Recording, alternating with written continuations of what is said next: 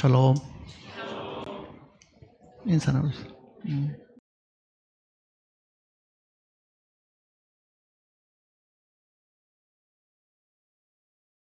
예수님이 이 땅에 오셔가지고 사역을 거의 마치시고 십자가에 달리시기 전에 한 6개월 전쯤에 가이사라 필리포라는 지역을 지나가시다가 제자들에게 갑자기 이런 질문을 했습니다. 사람들이 나를 누구라 하더냐 이렇게 물었습니다. 그러니까 제자들은 사람들이 하던 그 이야기를 그대로 들은 대로 예수님께 답변을 했죠. 구약에 있었던 유명한 선지자 중에 한 사람, 엘리야나 에레미야나 선지자 중에 한 사람처럼 생각을 하거나, 또 그네들이 믿고 있는 바로는요, 과거의 선지자들도 이 죽은 사람을 살리기도 하고 병도 낫게 하는 그런 일들이 있으니까 아마 선지자 중에 한 사람으로 생각을 했기 때문에 그 대답을 했을 겁니다.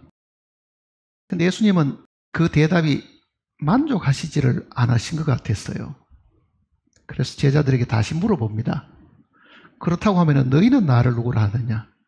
적어도 너희는 나와 함께 3년 동안 같이 지나고 있었는데 너희 보기에 내가 누구 같으냐? 이렇게 이제 물어보신 거잖아요.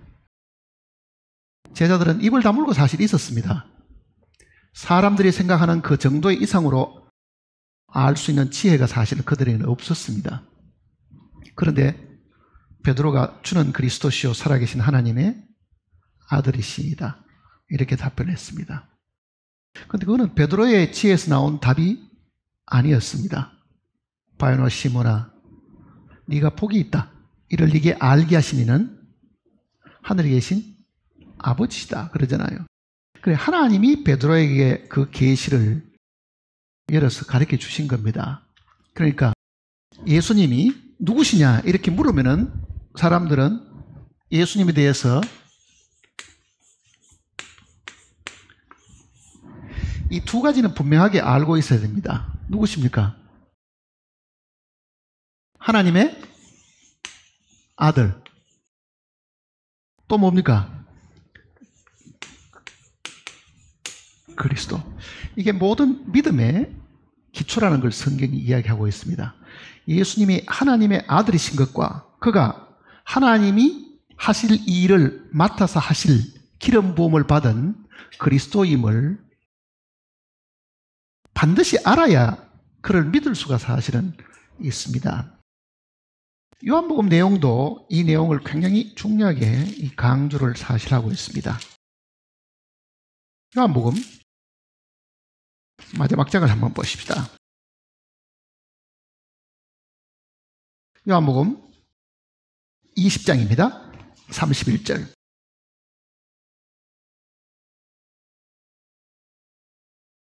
이 성경을 기록한 목적도 여기에 있다는 것을 지금 이야기를 하고 있는 겁니다. 20장 31절입니다.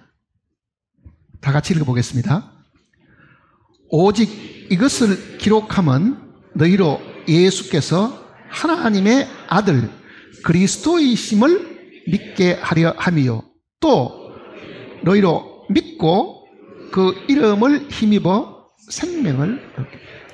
자, 우리가 구원받고 생명을 얻을 수 있는 것은 예수 그리스도가 하나님이 보내신 하나님의 아들이시고 그가 하나님이 보내신 기름 부음 받은 자이다 하는 그 지식에서부터 사실은 출발한다고 이야기를 하고 있습니다.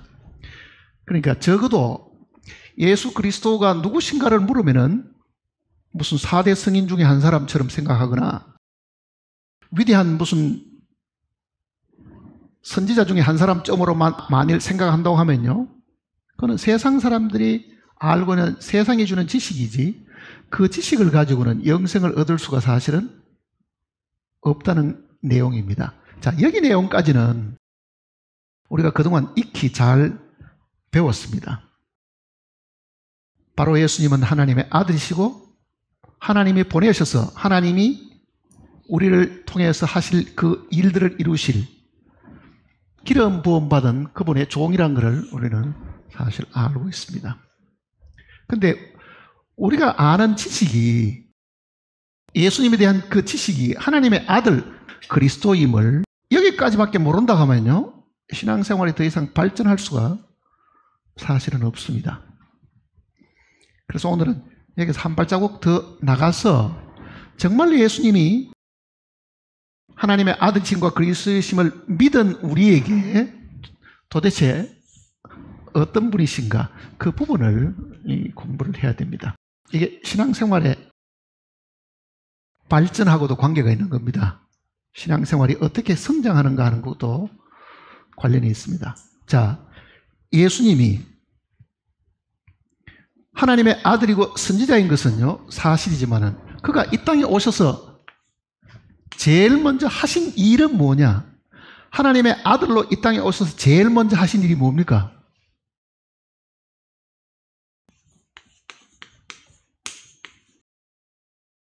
선지자 일을 하셨습니다. 선지자 일.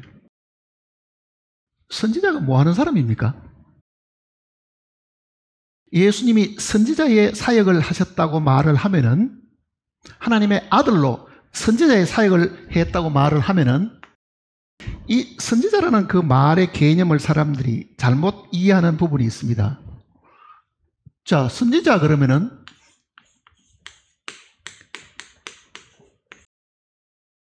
미리 알고 있다, 뭐 이런 뜻으로 생각하고 있습니다. 미리 알고 있는 분. 그 말이 사실은 틀리는 것은 아니죠, 사실은.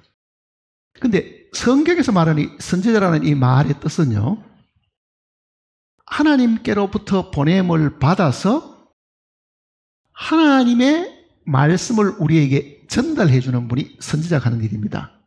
그럼 출발 지점은 어디에 있어야 됩니까? 하나님께로부터 와야 되겠죠.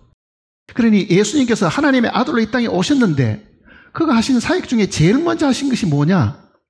너희는 땅에서 났고 나는 하늘에서 났다. 하나님이 계시는 그 하늘나라에서 내가 와서 하늘나라의 그 소식과 그 아버지에 대한 이야기를 내가 전하는 분이다. 그게 선지자가 하는 일이잖아요. 그러니까 예수님의 사역은 십자가에 달려 돌아가시기 전에 33년 반 정도는 선지자로 살아신 겁니다. 이건 선지자로 사신 거잖아요. 그러니까 결국은 그는 선지자로 돌아가신 겁니다. 선지자로. 선지자 사역을 하시다가 선지자로 돌아가신 거죠. 그러면은 예수님이 돌아가시고 난 이후에 그가 부활 성취라서 하늘로 가셨는데 지금은 도대체 뭘 하시느냐? 제사장으로 계시는 거잖아요.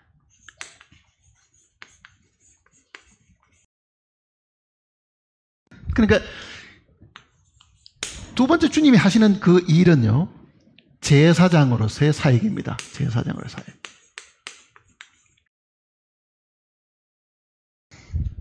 그러면 예수님의 사역이 이 두 가지밖에 없느냐? 그렇지 않죠.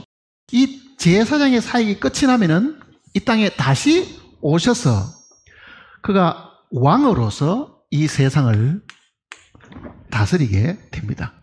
그러니 예수님의 사역은 세 가지입니다. 선지자로 이 땅에 오셔서 죽으시기까지, 죽으시고 재림하시기까지, 재림하셔서 이 땅에 그의 나라를 건설하시는 그 일들. 그러니 하나님의 아들이시고 메시아이신 그분이 하시는 일은 이 세 가지입니다. 근데 대부분 경우는 우리가 기억하고 있는 것은 이 부분은 잘 기억을 합니다. 이 땅에 오셔서 사람들에게 하나님의 나라를 소개하시고 하나님의 그 영원한 뜻을 우리에게 보여주시고 그리고 십자가에 달려 죽으심으로 우리의 모든 사람들의 구원의 기초가 되셨다. 그러니까 예수 그리스도의 이 선지자 사역은 우리가 잘 기억을 하고 있습니다. 그런데 그분의 제사장의 사역이나 왕에 대한 사역은 극히 아는 부분이 별로 많지를 않습니다. 사실은요. 그거는 우리가 주님의 죽으심에 머무르고 있고 광야에 살아가는 이 기간 동안에 그가 우리에게 무엇을 해주고 계시는가에 대한 그 내용을 사실 모릅니다. 그러니까 출애굽기까지는 애굽에서 구출받는 내용이잖아요. 그 다음에 구출받아서 광야에 들어와 있는 기간 동안에는 그가 선지자 사역을 하고 계시고, 우리를 데리고 저 가나안 땅에 들어가시는 것은 왕으로서 이 땅에 통치하실 그 내용을 이야기를 하고 있는 겁니다. 자, 한번 생각해 보세요. 내가 이 예수님의 이 세 가지 사역에 대한 이 부분을 완전히 소화시키고, 정말 나는 예수님이 나의 구주로 이 땅에 오셨는데, 그 구주로 오신 그분이 첫째는 선지자로서, 제사장으로서, 왕으로서 나를 섬기고 계시는 분이시다. 우리를 섬기기 위해서 그가 일하시는 그 내용을 성경은 이렇게 세 부분으로 설명을 해 주었습니다. 선지자는 하나님 편에서 사람을 위한 겁니다. 그러니까 하나님께로부터 보냄을 받아가지고 하나님을 사람에게 소개하는 것이고, 하나님을 사람들로 하여금 깨닫도록 하는 일들이 선지자가 하는 일입니다. 그러니 그 선지자의 출발은 위에서 오는 거죠. 하늘이죠. 제사장은 반대입니다. 제사장은 사람 쪽에 서서 하나님을 위해서 제사 드리는 사역입니다. 그러니까 이렇게 되는 거죠. 반대로. 그러니 제사장이 하는 일은 하나님 편에 서 있지 않고 사람 편에 서서 사람을 하나님께 어떻게 하는 겁니까? 중보해주고, 아버지여 이 사람들을 용서하시옵소서, 내가 십자가에 피를 흘렸나이다. 그러니 이거는 출발이 땅이죠. 사람이잖아요.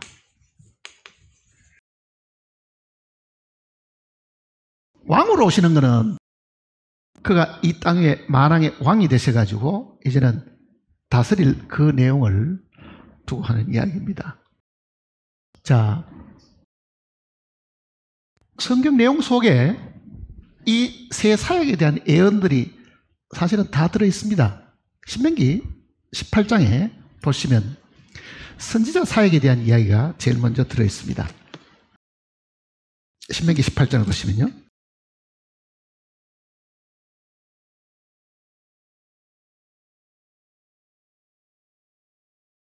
신명기 18장 15절입니다.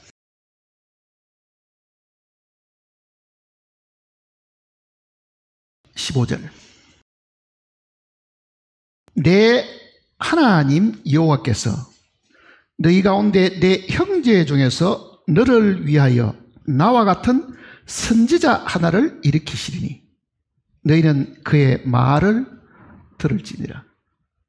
하나님께서 모세를 통해 가지고 이스라엘 백성 중에 너 같은 선지자를 내가 하나 이렇게 세우겠다, 이거를 예언하신 거잖아요.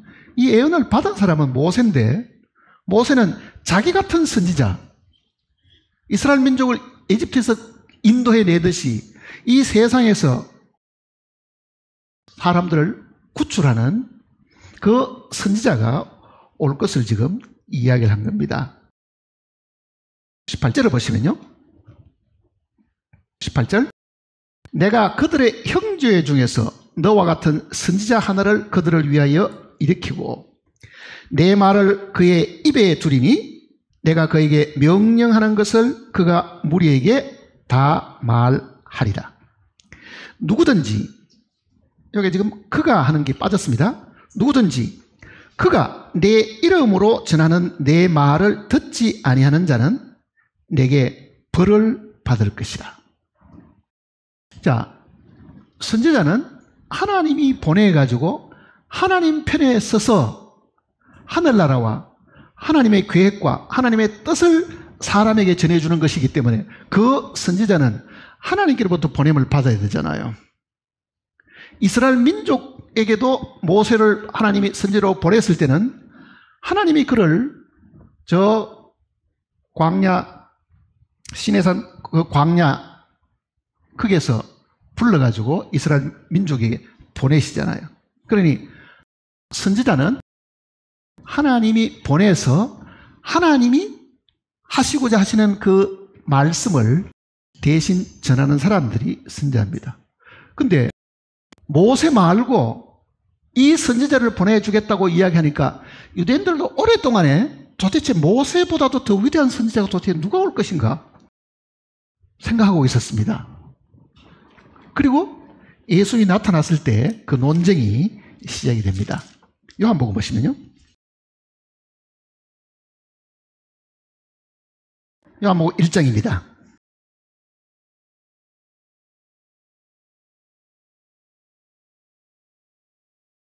요한복음 1장 19절입니다.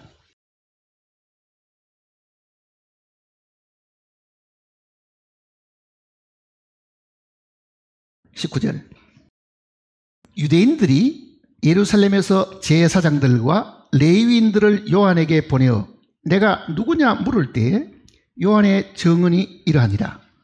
요한이 드러내고 말하고 숨기지 아니하니 드러내어 하는 말이 나는 그리스도가 아니라 한데 또 묻되 그러면 누구냐 내가 엘리야냐 이르되 나는 아니라 또 묻되 내가 그 선지자냐. 그 선지자는 누구를 말합니까? 모세가 예언했던 장차 오신다고 하는 그 선지자냐? 네가 그 선지자로 왔느냐? 이렇게 물어보는 거잖아요. 그러니까 유대인들도 이 예언의 말씀을 기억하고 있은 겁니다. 네가 바로 신명기 18장 15절에 예언했던 그 예언에 따라온 그 선지자냐? 이렇게 물어보잖아요. 사도행전 한번 보세요. 사도행전 3장을 보시면요.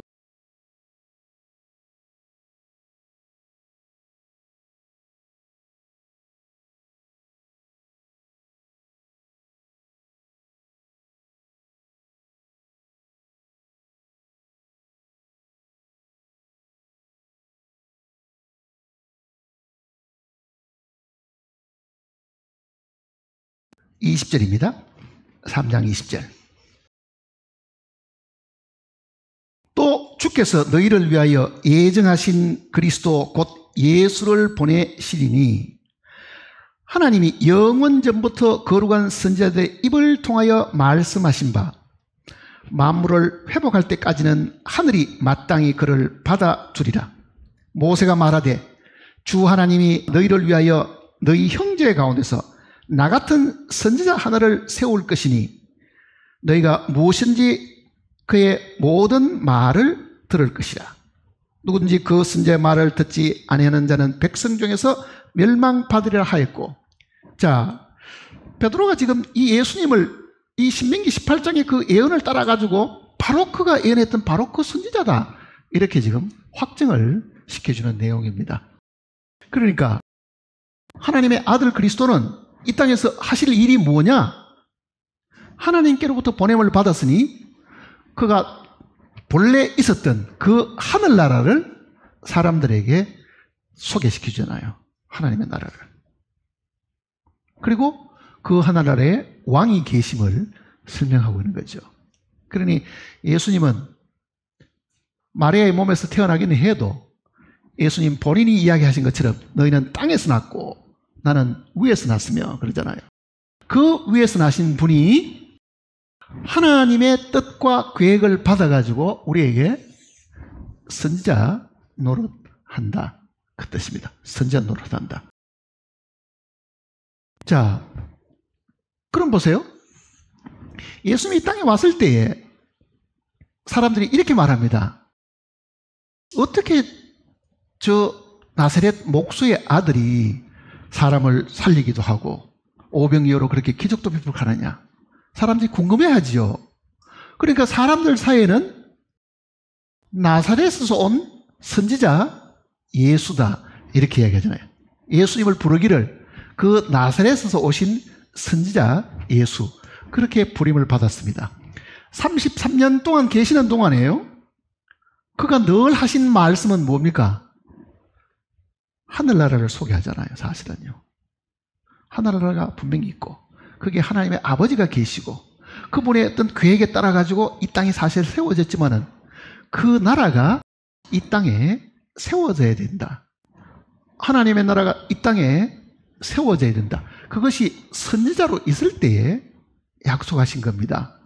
그 말은 무슨 뜻이냐면은 예수님이 이 땅에 오신 것은 죽으시고 사람들로 하여금 그 죽음을 통해서 구원하시려고 하는 것만 목적이 아니라 그가 이 땅에 오신 목적은 사람을 구원하셔가지고 그가 장차 세울 이 나라의 백성이 되게 하시려고 하는 거다. 그러니까 예수 그리스도가 이 땅에 오신 최종적인 목적은 구원에 있지 않고 어디 있습니까? 그의 나라를 세우는 데 있습니다. 영원한 나라를 세우는 데. 이집트에서 구원하는 것이 목적이 아니라 광야를 지나가지고 가나안 땅에 데려가는 것이 목적인 것처럼요. 오늘 우리를 구원하신 것은 선지자로 죽으셨지만은 그가 마지막 하실 일은 뭡니까? 왕으로 세상을 다스리리잖아요. 왕으로 세상을. 그러니까 예수님이 이 땅에 왜 오셨느냐? 왕으로 오신 겁니다. 그의 나라를 세우시기 위해서 이 땅에 오신 겁니다. 그 나라를 세우려고 하면은 그 앞에 먼저 해야 될 일이 있겠죠. 자, 하나님의 나라입니다. 하나님의 나라.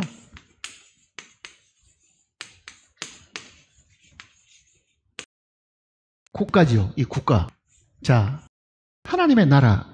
나라는 기본적으로 뭐가 있어야 돼요?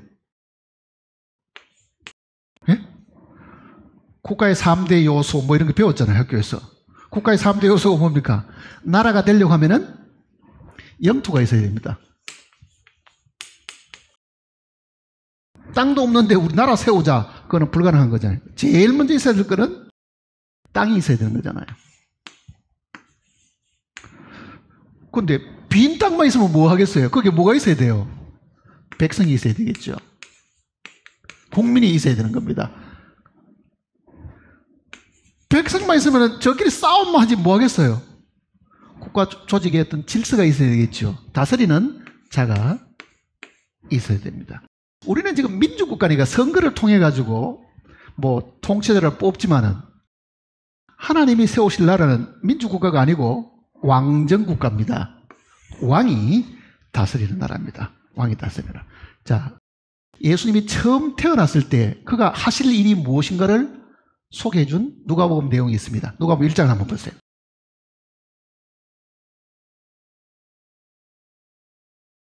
누가복음 1장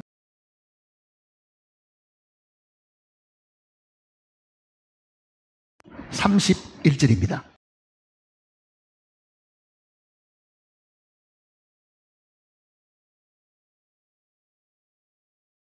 누가복음 1장 31절. 보라, 내가 잉태하여 아들을 낳으리니 그 이름을 예수라 하라. 그가 큰 자가 되고 지극히 높으신 이의 아들이라 일컬어질 것이요 주 하나님께서 그 조상 다윗의 왕위를 그에게 주시리니 영원히 야곱의 집을 왕으로 다스릴 것이며 그 나라가 무궁하리라. 자, 왜 누가는 그가 예수라는 분이 태어나게 되면 그가 구세주가 된다든지 무슨 우리 죄 때문에 죽을 것이라든지 그 이야기를 먼저 이야기하지 않고 뭐라 그럽니까? 그가 왕이시다. 그 왕이 불쑥 태어나는 게 아니라 다윗의 혈통을 이어온 다윗의 왕위에 앉을 왕으로 오시는 분이다. 그 이야기를 지금 하고 있잖아요. 그러니 사실은 이 예언은 그의 죽으심과 제사장노를 하는 이 단계를 다 지나가지고 여기에 있을 이야기입니다. 재림하셔가지고 왕이 되실 그 내용을 지금 미리 이야기하시는 거잖아요. 그 말은 무슨 뜻이겠어요? 그가 이 땅에 오시는 거는 죽으셔가지고 구원하는 데 목적이 있지 않고 이 구원받은 사람들을 그의 백성으로 삼아가지고 그 백성과 더불어 그가 왕이 되시려고 한다. 그러니까 오늘 우리가 구원받는 것은 죄사함에서부터 구원받는 것은 사실이지만은 그 구원받은 사람은 뭐가 되는 겁니까? 백성이 되는 겁니다. 그 나라의 백성이 되는 거죠. 베드로전서를 한번 보세요.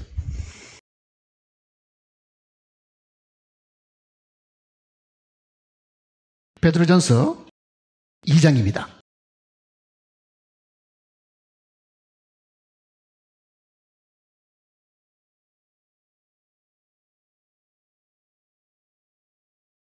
베드로전서 2장 9절입니다.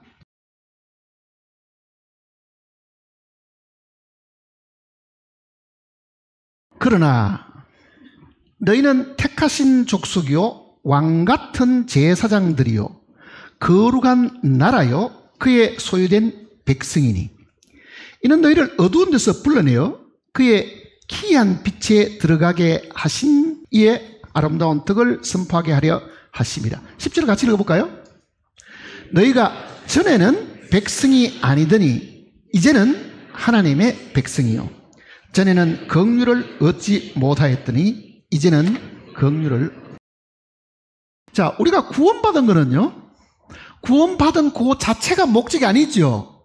구원을 받게 하신 것은 그의 거룩한 백성이 되게 하신 겁니다. 그 거룩한 백성이 살 곳이 장차 그가 이 땅에 와서 다스릴 이 세상이죠. 그게 천년왕국 기간 동안인 거거든요. 그러니까 구원받았다 하는 거기에 우리가 머물다 보면은요, 하나님의 이 놀라운 계획들은 다 잊어버립니다, 사실은요.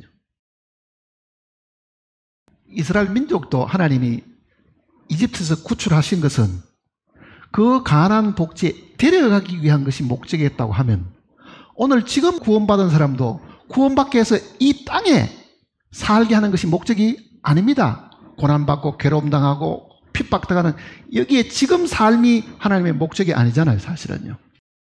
우리를 분명히 이 영원하신 나라에 데려가려고 하는 것이 목적이라고 하면 우리도 이방인으로 있다가 그의 백성이 된 사람들입니다. 그걸 지금 자랑스럽게 생각합니다. 나는 하나님의 나라의 백성이 되었다. 사도행전 15장을 보시면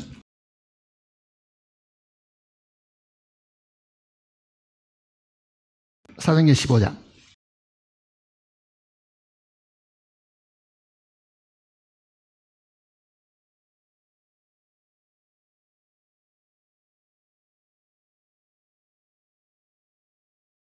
사도행전 15장 12절입니다. 12절 보십시다. 온 무리가 가만히 있어 바나바와 바울이 하나님께서 자기들로 말미암아 이방인 중에서 행하신 표적과 기사에 관하여 말하는 것을 듣더니 말을 마침에 야고보가 대답하여 이르되 형제들아 내 말을 들으라. 하나님이 처음으로 이방인 중에서 자기 이름을 위할 백성을 취하시려고 그들을 돌보신 것을 시몬이 말하되.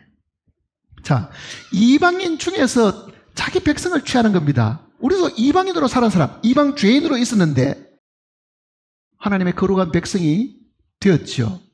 그러니 처음에 유대인들에게만 복음을 전했는데 주님이 돌아가시고 난 이후에 이 제자들은 이방 세계에도 이제 복음을 전하기 시작하잖아요. 그 이방 세계에 복음을 전해서 많은 사람이 구원을 받으니까 유대인들이 질투가 나는지요. 그 사람들도 무슨 할례를 받아야 돼. 뭐 엉뚱한 얘기를 하다 보니 지금 처음으로 교회 회의가 있었습니다. 그게 사도행전 15장 내용이거든요. 어떤 결과가 있었는가 보세요. 19절 보세요. 그러므로 내 이견에는 이방인 중에서 하나님께로 돌아오는 자들을 괴롭게 하지 말고 다만 우상에 더러운 것과 음행과 목매어 죽인 것과 피를 멀리하라고 편지하는 것이 옳으니. 자, 이방인들은 할례? 그런 거 가르쳐서 안 된다. 안식일제로 가르칠 필요 없다. 이방인들에는 이 네 가지만 금하자. 이렇게 이제 결정을 한 거죠. 이방인들에게는. 자, 오늘 우리는 이방 죄인으로 있다가 구원을 받음으로 그 구원받은 결과가 우리에게 주는 효력은 뭡니까? 하나님 나라의 백성이 된 겁니다. 전에는 우리가 백성이 아니더니 이제는 하나님의 백성이 되었다. 그러잖아요. 하나님의 백성이 되었다. 그럼 땅은 어디 있느냐? 우리가 장차 들어가서 살아야 될 땅은 어디 있느냐? 땅 어디 있어요? 미국 차지하면 좋겠습니까? 미국? 옥토니까 거기는? 사실은 이 땅에 대한 이야기, 하나님의 나라에 대한 이야기는요, 하나님 마음속에 창세 전부터 계획을 하고 있었습니다. 마태복음 25장을 보시면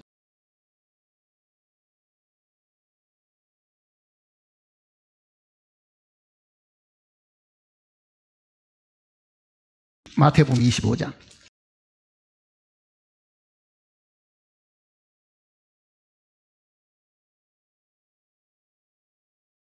34절입니다.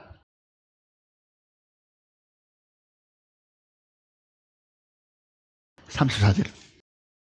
그때 임금이 그 오른편에 있는 자들에게 이르시되 내 아버지께 복 받을 자들이여 나와 창세로부터 너희를 위하여 예비된 나라를 상속받으라. 자, 우리가 장차 들어갈 그 나라는 하나님이 어느 날 갑자기 불쑥 계획하신 것이 아닙니다. 이거는 이미 창세전에 하나님이 계획을 해 두셨던 것인데, 그 창세전에 하나님의 나라를 계획을 해 두셨는데 그 나라에 들어갈 백성은 누구로 삼아야 될 것이며, 그 나라의 통치는 누가 할 것이며, 그 나라의 백성은 도대체 누가 될 것이며, 이거를 하나님이 다 계획을 해 두셨는데 이제 그 이야기잖아요. 자, 이 내용을 다니엘에게 하나님께서 한번 계시를 해 주십니다. 다니엘 7장을 한번 보세요.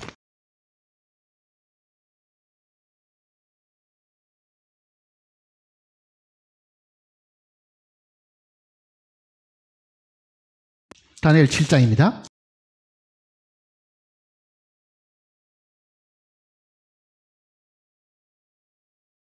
(1245페이지입니다) 다니엘 7장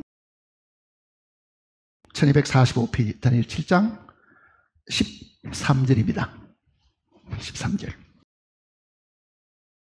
내가 또 밤 환상 중에 보니 인자 같은 이가 하늘 구름을 타고 와서 예적부터 항상 계신 이에게 나와 그에게 인도되며, 이게 인자 같은 이 하는 것은 예수님을 두고 하는 이야기입니다. 그 다음에 예적부터 계신 이는 하나님 아버지를 두고 하는 이야기죠. 14절. 그에게 권세와 영광과 나라를 주고 모든 백성과 나라들과 다른 언어를 말하는 자들이 그를 섬기게 하였으니 그의 권세는 소멸되지 아니하는 영원한 권세요 그의 나라는 멸망하지 아니할 것이니라. 영원한 나라를 하나님이 세우시려고 계획을 하신 겁니다. 영원한 나라. 그저 왕이 있다가 죽으면 또 그 나라도 분열되고 또 다른 나라에게 침략을 받고 하는 그런 나라들이 아닌, 하나님이 세우시는 그 영원한 나라를 하나님이 창세전에 마음속에 계획을 하셨는데, 그 나라가 이 땅에 세워질 것을 지금 앞에 약속을 하시죠. 2장을 보세요. 이제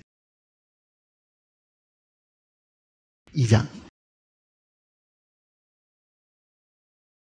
44절입니다. 다니엘 2장 44절.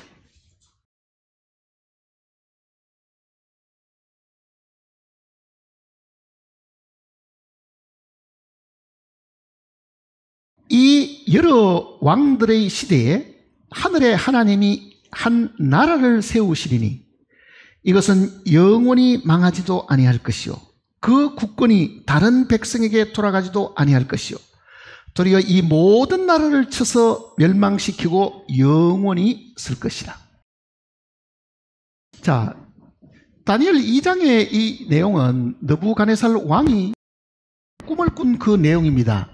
거대한 이 신상을 하나 봤잖아요. 머리는 금이고 가슴과 팔은 은이고 배와 넓적다리는 동이고 그 다음에 이 다리는 철과 진흙으로 된 이 나라를 봤습니다. 그러니 예수님 오시기 이전에 있었던 이 네 번의 나라, 네 번째 들어선 이 나라를 미리 예언을 해 주신 거죠. 바벨로니아, 메데파사, 헬라, 로마 제국. 그럼 이 지구상에는요, 나라가 4개밖에 없다는 이야기입니다. 그리고 이 네 번째 나라가 패망을 당하면 다섯 번째 나라를 세우는데 그 나라가 예수 그리스도가 이 땅에 오셔서 세우실 나라입니다. 그러면은 그 나라는 어디에 세워지는 겁니까? 땅에 있는 나라입니다. 땅에 있는 나라. 그걸 성경은 메시아 왕국이라고 이야기한 거죠. 그러니까 영토는 저 하늘 어디에 세우는 게 아니고 어디 있어요? 여기에 이 세상에 있었던 이 바벨론에서부터 로마 제국까지 멸망을 당하면 다섯 번째 세워질 그 나라는 이 땅에 있는 거지 저 하늘나라에 있는 게 아닙니다. 땅에 세워질 하나님의 나라. 그게 주님이 이 땅에 오셔서 통치하실 천년왕국을 이야기를 하고 있는 겁니다. 천년왕국. 그러니까 영토가 하늘이라고 생각하시면 될 일이 아니지요. 그 영토는 이 땅에 있습니다. 이 땅에.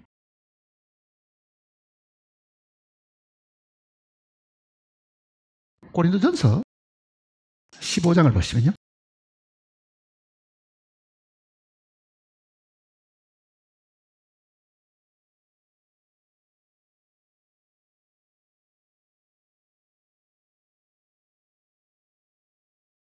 예수님이 재림하시면 뭘 하시는 걸 제일 먼저 소개해 주는 내용입니다. 23절입니다. 15장 23절.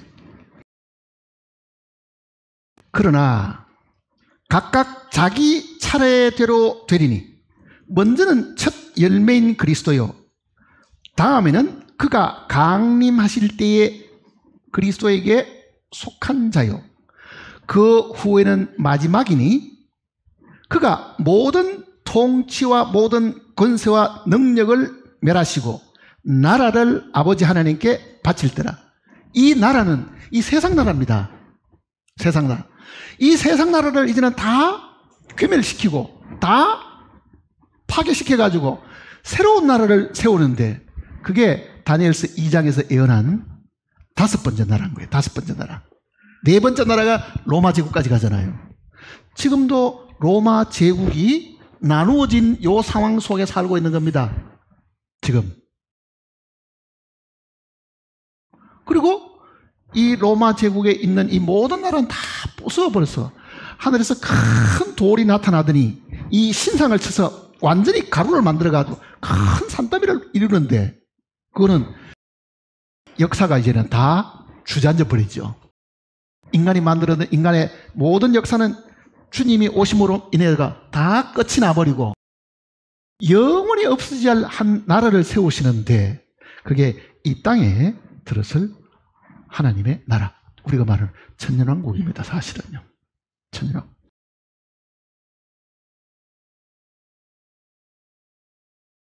계시록 11장을 보시면 계시록 11장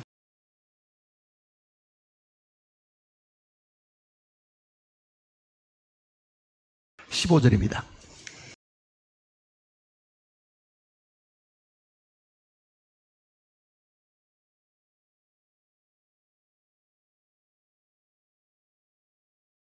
(15절) 일곱째 천사가 나팔을 불매 하늘에 큰 음성들이 나서 이르되 세상 나라가 우리 주와 그의 그리스도의 나라가 되어 그가 세세토록 왕노릇하리로다. 자, 세상 나라가 주와 그 그리스도의 나라가 된다 했으니까요. 영토는 하늘 어디에 있는 게 아니고 어디에 있습니까? 땅입니다. 땅. 메시아의 왕국은 땅에 있는 거예요. 그러니까 세상의 모든 왕권들은 다 폐해지고 통치자들은 다 사라지게 되고 그가 다시 오셔서 이 세상을 마귀를 쫓아내고 그가 만왕왕이 되셔가지고 이 세상을 다스리시게 된다. 그러니 장차 오실 예수님은 제사장으로 오시는 것도 아니고 선제로 오시는 것도 아니고 뭐로 오십니까? 다스리는 왕으로 오시게 됩니다. 그러니까 재림의 주님은 우리를 구원하신 구주로 오시는 게 아니고 만왕의 왕으로 오십니다. 스가랴서를 보세요. 구약성경 스가랴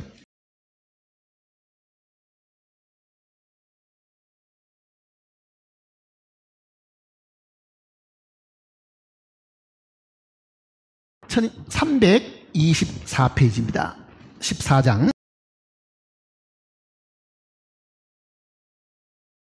1324페이지 14장 5절입니다. 그 산 골짜기는 아셀까지 이를지라. 너희가 그 산 골짜기로 도망하되 유다왕 우시아 때 지진을 피하여 도망하던 것 같이 하리라. 나의 하나님 여호와께서 임하실 것이요 모든 거룩한 자들이 주와 함께 하리라. 그날에는 빛이 없겠고 광명한 것들이 떠날 것이라. 여호와께서 아시는 한 날이 있으리니 낮도 아니요 밤도 아니라 어두워갈 때 빛이 있으리로다.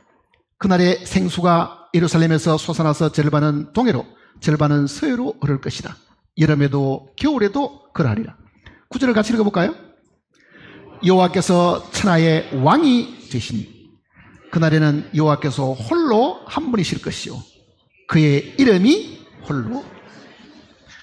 구약의 여호와 하나님이 이 땅에 다시 오시는 겁니다. 사실은요. 만왕의 왕으로 다시 오시잖아요. 그분이 예수 그리스도입니다. 사실은요. 왕으로 오신다. 그러니까 초림 때는 구주로 오셨고 재림 때는 왕으로 오신다. 초림에는 선지자 구주로 오셨지만은 재림 때는 왕으로 오신다. 이걸 잘 기억하셔야 됩니다. 왕이 오시면 어떻게 될까요? 선지자로 오셨을 때는 우리 죄를 위한 것이겠지만은요. 왕으로 오시면은 그가 우리에게 뭘 하시려고 하는 거겠어요? 왕권을 나눠주는 거죠. 통치할 그 왕권을 모든 구원받은 사람에게 이 땅에 살았던 그 수고와 그가 하나님을 위해서 열심히 충성스럽게 살았던 그 결과에 따라 가지고 너는 몇 골을 차지하고 너는 몇 골, 그 골이라는 말 우리말로 번역된 게 고르지 다른 역본에 그게 시로 되어 있습니다. 큰 도시인 거예요. 그게 골은 뭐 개념상으로 조그만하게 느껴지잖아요. 그러니 만왕의 왕 밑에 위임을 나누어 받은 많은 분봉왕들이 있겠죠. 사실은요. 그래서 우리는 하나님을 섬기는 제사장이기도 하고 왕이기 때문에 너희는 왕같은 제사장들이요 이렇게 말씀하신 거네요. 자, 재림의 주를 기다릴 때는 우리를 구원하시기 위해서 오시는 분이 아닙니다. 우리에게 그 몸으로 행한 것을 따라 받으려 하는 그 심판을 하셔서 그 심판대로 영광과 존귀를 우리에게 나누어 주시려고 사실 오시는 겁니다. 그러니까 그가 이 땅에 다시 오셔야 그가 이 땅에 죽으신 이 일이 최종적으로 완성이 되는 겁니다. 완성이 되는 거예요. 근데 우리는 지금 이 나라에 영적으로는요, 하나님 편에서는 이미 우리는 이 나라에 들어와 있습니다.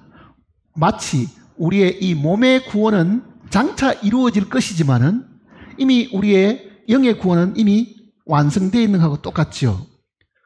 그러니 세상에서부터 하나님의 나라로 이미 들어와 있음을 성경이 가르쳐주고 있습니다. 골로새서 1장을 보세요.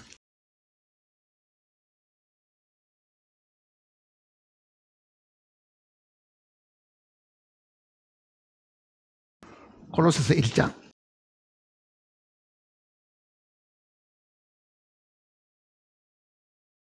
13절입니다. 13절 1장 13절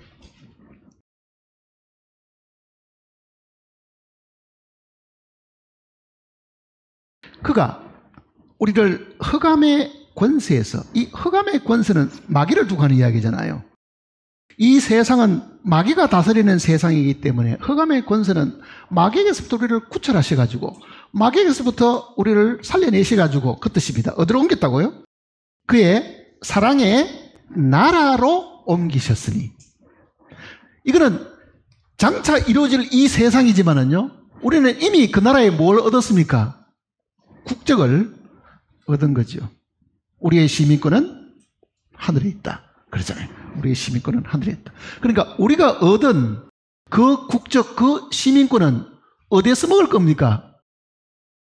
주님이 다시 오셔서 이 바벨론 메데파사 헬라 이 로마 제국의 기둥이 됐던 것을 모든 인간 나라는 다 멸해버리고 파괴시켜버리고 그 위에다가 자기의 아들의 나라를 세우시는데 그 나라에 들어가서 살 수 있는 백성을 지금 한 명씩 한 명씩 불러내는 것이 뭡니까? 구원받은 거잖아요, 사실은요. 그러니까 자기 아들의 나라로 어떻게 했다고요? 옮기셨으니 그 말의 뜻은 우리는 그 나라의 백성이 이미 되었다 그 얘기입니다. 우리는 더 이상 마귀가 다스리는 이 세상의 백성이 아니라 이 세상에서 구출을 받아서 하나님의 교회 속에, 즉 하나나라의 그 식민지 속에 이미 들어와 있는 사람들이기 때문에 우리는 하나님의 나라가 이제는 이 땅에 임하도록 뭘 해야 됩니까? 기도해야 됩니다. 그게 예수님이 우리에게 가르치신 내용이잖아요. 너희는 이렇게 기도하라. 하늘에 계신 우리 아버지여 이름이 그렇게 여김을 받으시오며 그 다음에는 그 나라가 즉 하나님의 나라가 임하옵시며 그러잖아요. 그게 우리의 기도가 되어야 됩니다. 그렇잖아요. 구원받은 모든 백성들은 주여 우리로 하여금 그 나라의 국적을 얻게 하셨으니 이제는 이 땅 위에 당신의 나라가 하루 빨리 세워져서 그 나라에 들어가서 영광을 누리고 기쁨을 누리고 하나님을 직접 뵐 수 있는 그 영광을 얻기를 원합니다. 그거를 주님이 기도하라고 이야기했습니다. 기도하십니까? 하나님의 나라가 임하기를 기도하시느냐고요, 사실은요. 그런 기도 거의 안 합니다, 사람들은요. 왜 하나님 우리 집에 이런 고통을 주셔가지고 왜 하나님 해피면 이 병을 나에게 주셔가지고 그런 것만 불평하고 기도하지요. 정말 하나님의 나라가 임해야 된다고 생각하지 않는 거예요. 그 하나님의 나라가 임하면은 고통도 없고 슬픔도 없고 괴로움도 없습니다. 모든 병들은 그 나라에는 없습니다. 그 나라에는 병원이라는 게 병원이 필요가 없습니다. 도둑놈이 없으니 감옥도 필요가 없습니다. 그런 나라가 도래하는 거죠. 그 나라. 아니 주님이 계시는데 아프고 슬픈 사람이 있으면 어떻게 되겠어요? 없습니다. 그거는요. 그거는 예수님이 땅에 계실 때도 우리가 잠깐은 경험했다는 걸 성경의 기록이 나와 있잖아요. 주님이 계신 곳에는 어떤 병에 걸렸던 사람이 어떻게 됩니까? 다 끝나버리잖아요. 다 해결되어 버리잖아요. 그런데 그 만왕의 왕이 영광스러운 몸으로 이 땅에 다시 오시면은 그거는 슬프고 괴롭고 고통받고 암에 걸려가지고 병원에 한번 누워있는 그런 사람들 없습니다. 완전한 세상이 오는 거죠. 완전한 세상이. 그 완전한 세상이 뭐 일정한 기간 동안만 그런 게 아니라 천년이 끝나고 영원한 새하늘과 새 땅으로 이어지잖아요. 그게. 그래서 영원한 게 되어버린 거죠. 영원한 게. 그 나라 백성이 되시는 걸 한번 생각해 보세요. 오늘 밤에라도 만일 주님이 다시 오신다고 하면은 정말 주님이 나를 그 나라의 백성으로 인정하셔가지고 나를 변화시키고 그가 이 땅에 임하실 때 하늘에서 영광스러운 그 성도들이 함께 내려와서 함께 다스릴 그 위치에 내가 있는가를 깊이 생각을 해봐야 됩니다. 그게 확실하면은 정말 우리는 매일매일 기도를 어떻게 해야 되겠어요? 주여, 나는 이 세상에 어떤 것도 원하지 않고 당신의 나라가 이 땅에 임하기를 바랍니다. 그러면 내가 지금 걱정하는 건강도 염려할 필요가 없고 먹는 것도 염려할 필요가 없고 입을 것도 염려할 필요가 없고 아니 그거보다 더 좋은 세상이 됐어요.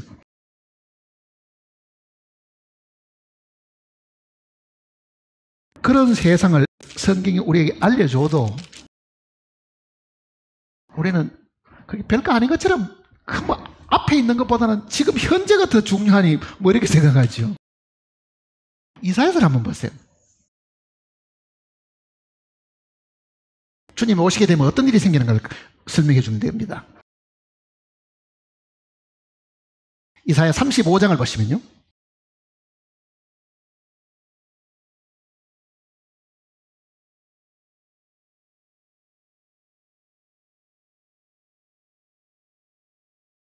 (35장) 3절입니다. 이사야 35장 3절. 너희는 약한 손을 강하게 하며 떨리는 무릎을 굳게 하며 겁내는 자들에게 이르기를 굳세어라, 두려워하지 마라. 보라, 너희 하나님이 오사 보복하시며 갚아주실 것이라. 하나님이 오사 너희를 구원하시리라 하라. 재림하시는 주님을 이야기하는 겁니다. 그때에 맹인의 눈이 밝을 것이며 못 듣는 자의 귀가 열릴 것이며 그때에 저는 자는 사슴같이 뛸 것이며 말 못하는 자의 혀는 노래하리니 이는 광야에서 물이 솟아나겠고 사막에서 시내가 흐를 것입니다. 뜨거운 사막이 변하여 못이 될 것이며 메마른 땅이 변하여 원천이 될 것이며 성령의 눕던 곳에 풀과 갈대와 푸들이 날 것이며 거기에 대로가 있어 그 길을 거룩한 길이라 일컫는 바가 되리니. 9절도 보시면요, 거기에 사자가 없고 사나운 짐승이 그리로 올라가지 아니하므로 그것을 만나지 못하였고 오직 구속함을 받은 자만 그리로 행할 것이며 여호와의 속량함을 받은 자들이 돌아오되 노래하며 시온에 이르러 그들의 머리 위에 영원한 희락을 띠고 기쁨과 즐거움을 얻으리니 슬픔과 탄식이 사라지리로다. 그 나라에 대한 그 내용을 지금 설명하고 있잖아요. 주님이 다시 오시게 되면 슬픔, 고난, 탄식 그런 건 없다, 더 이상 이제는.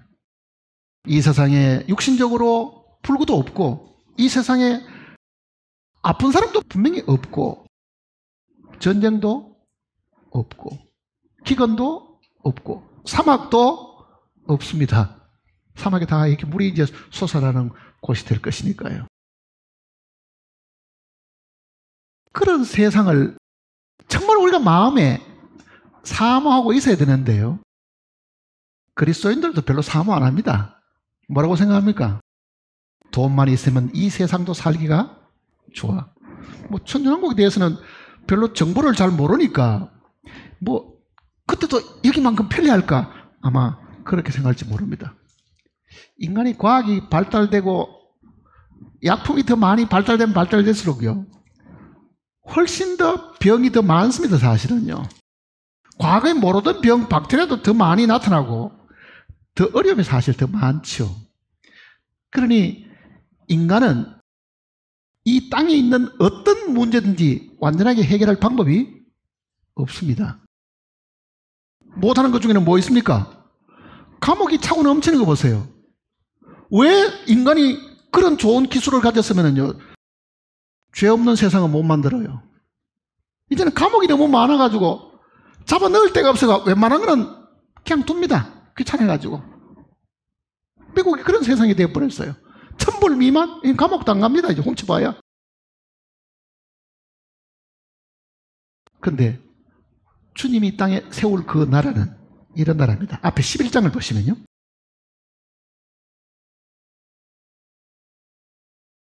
이사야 11장.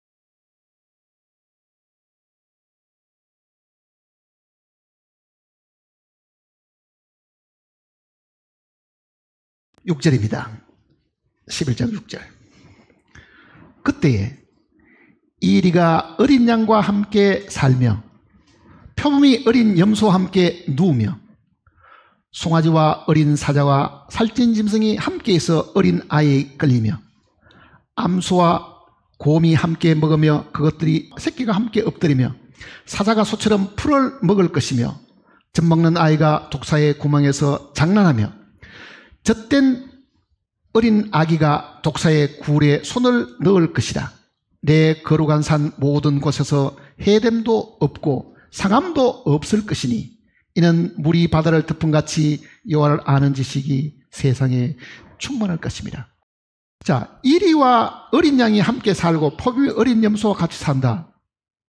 물론 동물들 중에 사나운 맹수도 있고 온순한 초식 동물이 있어가지고 서로 잡아먹는 것이 없다는 것을 이야기하는 것도 있지만은요, 이거는 사람에게도 적용이 됩니다. 이리같이 사나운 사람과 온순한 사람하고 지금 같이 살아가면 살 수 있어요? 감옥에 뭐 출소한 뭐 암흑에는 뭐 자기 동네 살지도 못하도록 사람들이 다 겁을 내고 두려워하잖아요.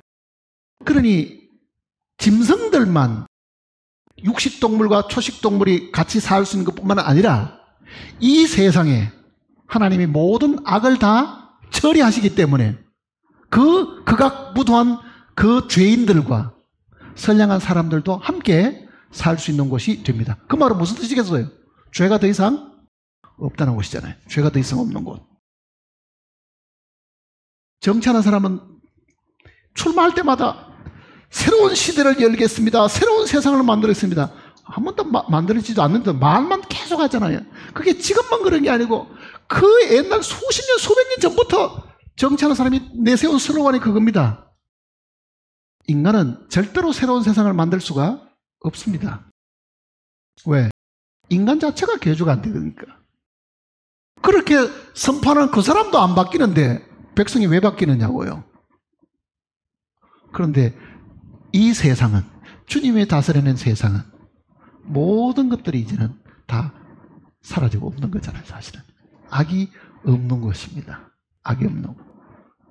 그러면 문장 걸리고 할 필요도 없고 담 높이 살려고 할 필요도 없고, 얼마나 평화로운 세상을 한번 생각해 보세요. 문을 열어놓고 자도 도둑놈 들어올 일이 없고 강도도 없고, 그런 완전한 복락이 주님이 이 땅에 오셔서 세우실 그의 나라입니다. 메시아 왕국이잖아요. 자, 영토는 이 땅입니다. 이 땅이라고 해요. 그리고 그 통치하는 본부는 예루살렘이 됩니다. 예루살렘이 온 세상의 수도가 되고 주님이 그 예루살렘에 와서 온 세상을 다스리게 된다는 것이 다른 에언스 내구 속에도 상세하게 기록되어 있습니다. 그 나라의 백성은 죄 사한 백성입니다. 예수 그리스도로 말미암아 다시 거듭난 새 생명을 얻은 사람이 그 나라의 백성이 되시고, 이 백성 중에 왕이 나오지를 않고 누가 왕입니까? 만왕의 왕이시고 만주의 주신 주님이 그 나라의 온 세상의 왕이 되시고, 우리는 그 권한을 위임받아 가지고 혹시 몇 골씩 통치하는 그런 사람들은 아마 되게 될 겁니다. 자, 예수님, 그러면은 우리는 첫째는 그가 하나님의 아들이시고 메시아이시고, 그렇지만 그가 하실 일은 이렇게 크게 세 가지 사역이 있고, 이제는 우리는 이 선지자의 그 사역의 은혜를 입었으면 지금 우리가 입는 것은 제사장의 사역을 입고 있는 겁니다. 구원받은 모든 사람은 이 제사장이신 주님과 늘 교제하고 살아야 됩니다. 제사장이 주님과. 수년 전에 미국의 어느 행자가 한번 돌아가시기 전에 암으로 돌아가시니까요, 의사가 하는 말이 3개월은 더 못 넘길 겁니다 그래요. 오랫동안 저도 이제 그분하고 LA에서 같이 지냈기 때문에 임종 전에 한번 만나야 되겠다고 생각을 했어요. 임종 전에. 그래서 제가 미국을 가서 그분을 만나가지고 병석에 있을 때 이제 물어봤어요. 지금 주님을 만나면은 마음이 어떻습니까? 두렵습니까? 정말 기쁜 마음으로 주님을 만날 수 있겠습니까? 물어봤어요. 제가 이제 아픈 사람들에게 늘 가서 물어보는 거는, 첫 번째 물어보는 거는 당신이 구원받은 것이 확실하냐? 그걸 제일 먼저 물어봅니다. 당신이 구원받은 것이 확실하냐? 근데 이분에게 이제 본래 캐톨릭 신자였다가 구원을 받으신 분이니까요. 제가 구원을 확실히 받았습니다. 캐톨릭 신자가 있다가. 그러면 지금 의사가 3개월 그랬으니까 3개월 후에 주님을 만나게 되는데, 주님을 만나려고 하면 마음에 두려움이 있습니까? 아니면 뭔가 마음에 자신감이 있습니까? 물에 가만히 있더니만 두렵습니다 그래요. 두렵다 그래요. 구원을 안 받아서 두려우냐? 그건 아니고, 어쨌든 구원받고 난 이후에 살아간 것도 생각해 보면은 별로 자신이 없고, 그리고 죽는다고 생각하니 왠지 두렵다는 생각이 든다고 솔직하게 그 이야기를 해요. 솔직하게. 그래서 제가 여러 가지 이야기를 이제 했습니다. 왜 구원받은 사람이 주님 만나는 것이 두렵겠느냐고. 이유가 있습니다. 오늘 이 자리에 계시는 분들도 아마 오늘 밤에 주님이 데려가신다 그러면은요, 자신감보다는 두렵다는 생각을 가진 분이 더 많이 있을 수 있다고요. 왜 그렇겠어요? 제가 그분에게 그런 이야기를 한 적이 있습니다. 옛날에 이 중동에 큰 건축 바람이 불 때 우리나라 사람들이 중동에 다 돈 벌러 가잖아요. 다 돈 벌러. 모래바람 맞으면서 그 가서 이제 그래도 한 2, 3년 고생하면 큰 돈 벌고 온다고 생각하고 너도 나도 중동으로 갔는데 어느 집에 남자가 이제 결혼한 지 얼마 안 되고 복중에 아이를 두고 갔는 거예요. 복중에 아이를 두고. 그리고 3년 있다가 돌아왔어요. 아이가 이미 태어나서 3살이 됐죠? 엄마하고만 늘 지내다가 아빠가 오니까요. 그 아빠는 엄마 옆에 있으니까 그 아버지를 못 알아보고는 자기 엄마 곁에 오지 마라 그러는 거예요. 자꾸 애가. 이거 오지 말라고. 낯선 사람으로 얘기하죠. 낯선 사람으로. 그러니까 아이하고 이게 거리가 한 3년 동안 못 보고 지냈기 때문에 그 가족 분명히 아버지인데 그 가정에 들어가서 자기 위치를 그게 확보를 하는데도 시간이 상당히 걸리고 그 아이하고 친하는 것도 오래 걸리고 그 분위기에 익숙해지는 것도 오래 걸리잖아요. 그 이야기를 제가 한번 들은 적이 있거든요. 아, 주님 앞에서 꼭 이럴 수가 있다. 복중에 태하니까 마치 오늘 우리도 구원은 받기는 받았는데 만일 우리가 예수 그리스도를 선지자로만 알아가지고 나를 위해서 죽으신 그분만 알고 그리고 몇 년 동안 한 번도 교제도 없이 다시 만난다고 하면은 이 선지자이신 예수님이 얼마나 이게 낯설게 여겨지겠는가. 그러면 그 예수님을 어떻게 알아야 돼요? 매일매일 우리 생활 가운데 중보자로서 역사하시는 제사장으로 매일같이 교제하고 살아야 됩니다. 죽으신 주님으로 아는 것만 갖고는요 우리에게 두려움이 있는 거예요. 왜?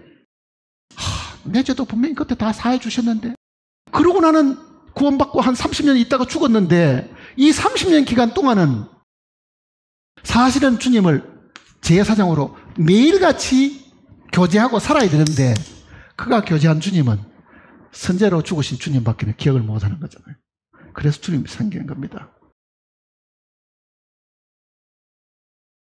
히브리서 3장 보세요.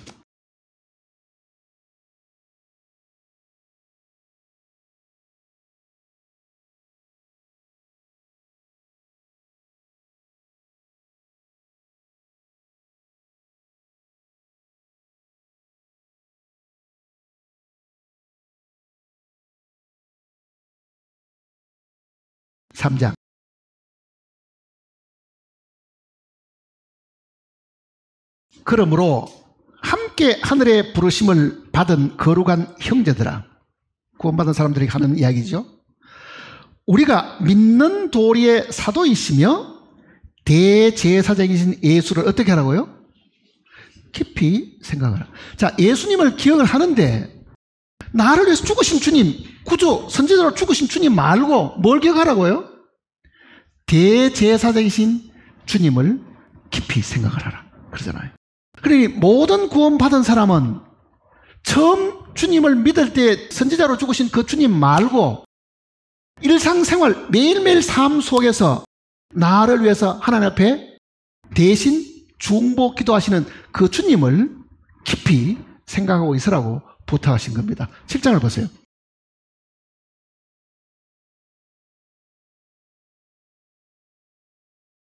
24절입니다.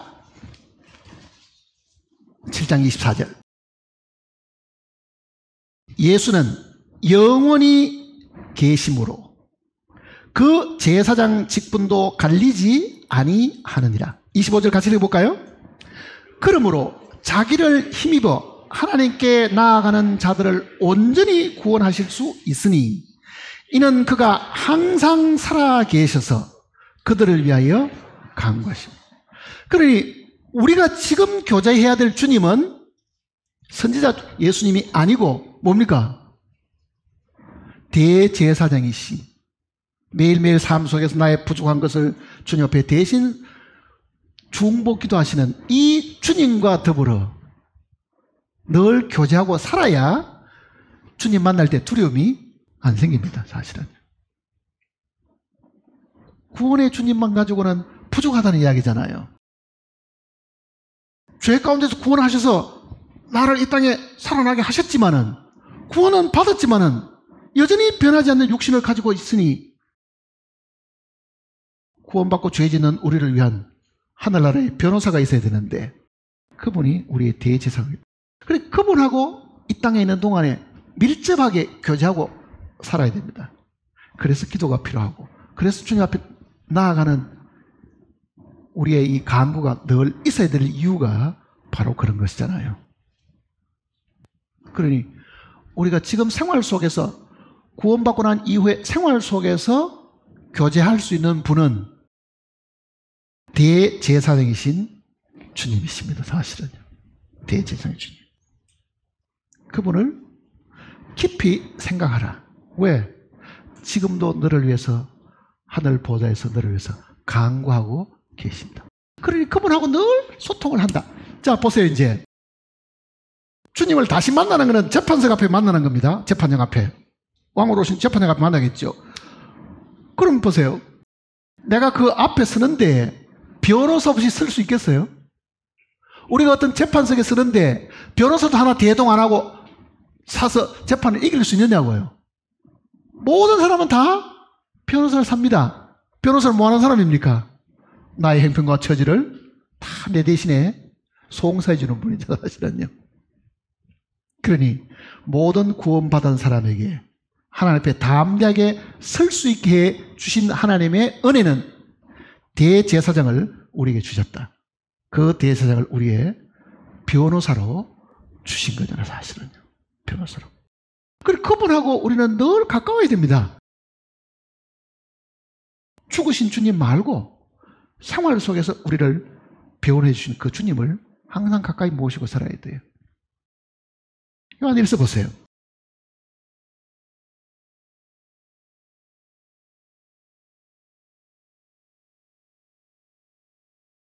(2장입니다) 요한일서 2장.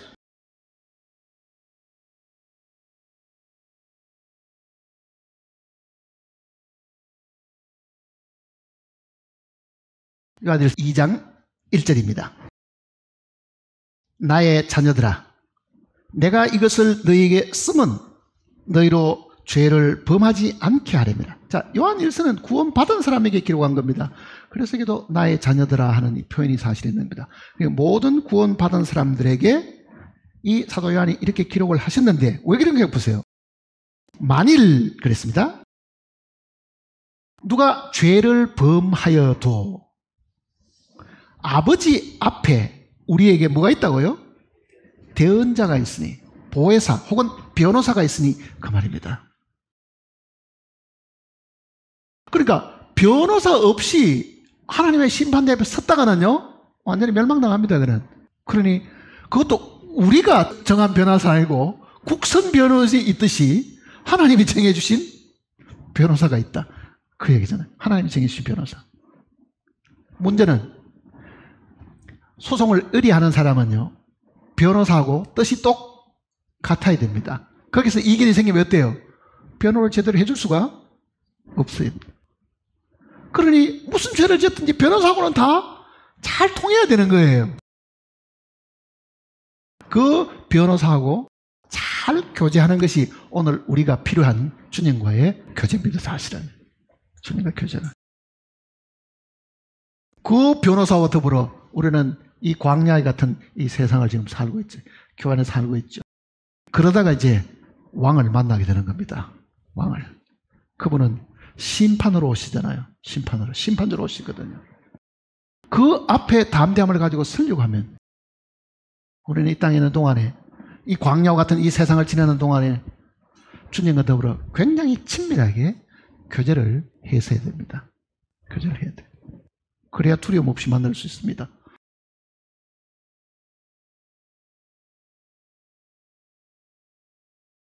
한번 생각해 보세요.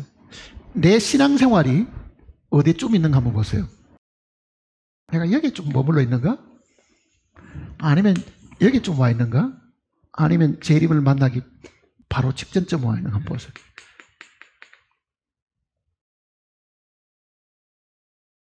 그러니 우리 신앙생활은 구원받은 그 위치에 10년이고 20년 머물러서 되리 절대로 아닙니다.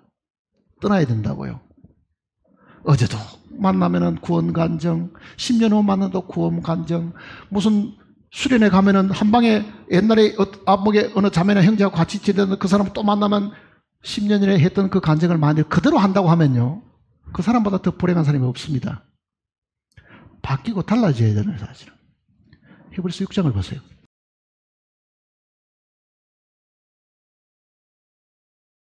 히브리서 6장.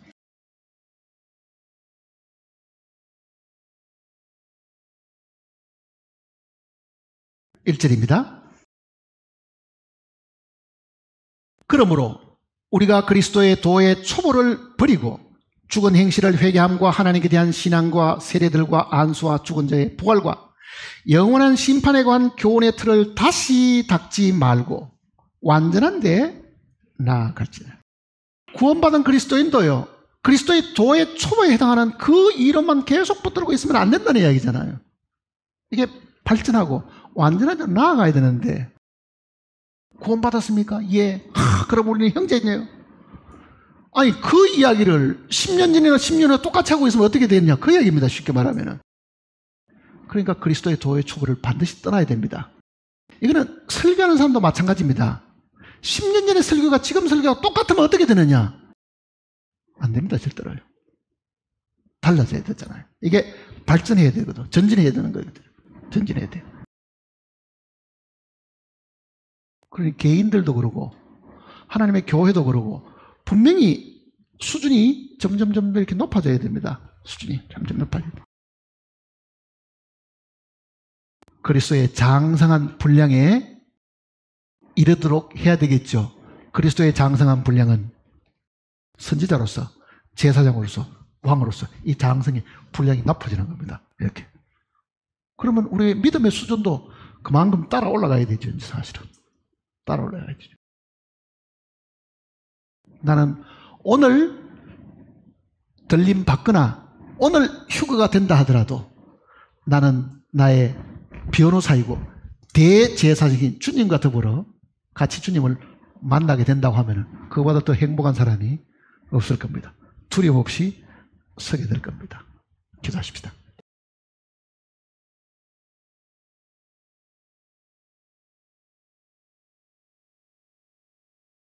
걸어가신 아버지 하나님, 참으로 죄 가운데 살던 우리를 불러서 거룩한 백성이 되게 하셨습니다. 뿐만 아니라 하나님의 세우실 그 영원한 나라의 백성으로 우리를 인정하셔서 장차 그 나라의 백성으로 누릴 많은 것들을 이미 우리에게 보여주셨습니다. 이 영광스러운 사실들을 알고 믿은 우리가 과연 이 세상에 어떻게 살아야 될지를 주님께서 늘 가르쳐 주셨습니다. 세상과 세상에 있는 것들을 사랑치 말라고 하셨습니다. 이거는 영원한 심판 가운데 있고 다 불타 없어질 것임을 보여주셨습니다. 우리가 꿈꾸는 나라는 영원한 나라요, 없어질 나라가 아니고 정말 그곳에는 의와 평강과 사랑뿐이라는 것을 우리에게 가르쳐 주셨습니다. 항상 그 나라가 이 땅에 빨리 도래하기를 기도하고 사모하고 기다리는 저희들이 되게 도와주시옵소서. 주님의 재림을 참으로 마음속에 간절히 기다림으로 기쁨으로 주님을 맞이하는 성도들이 되도록 주님 우리에게 복을 허락해 주시옵소서. 주님 만날 때에 악하고 게으르다는 그 질책을 받는 사람들이 우리 중에 아무도 없도록 주님 우리를 돌봐 주시옵소서. 혹 아직도 주님 만날 준비가 되지 않는 영혼들이 이 가운데 있습니다. 주님께서 그 마음을 활짝 열어주시고 이 기록된 말씀을 마음속에 믿을 수 있도록 성령께서 역사해 주시옵소서. 우리 주 예수님의 거룩하신 이름으로 간절히 기도드립니다.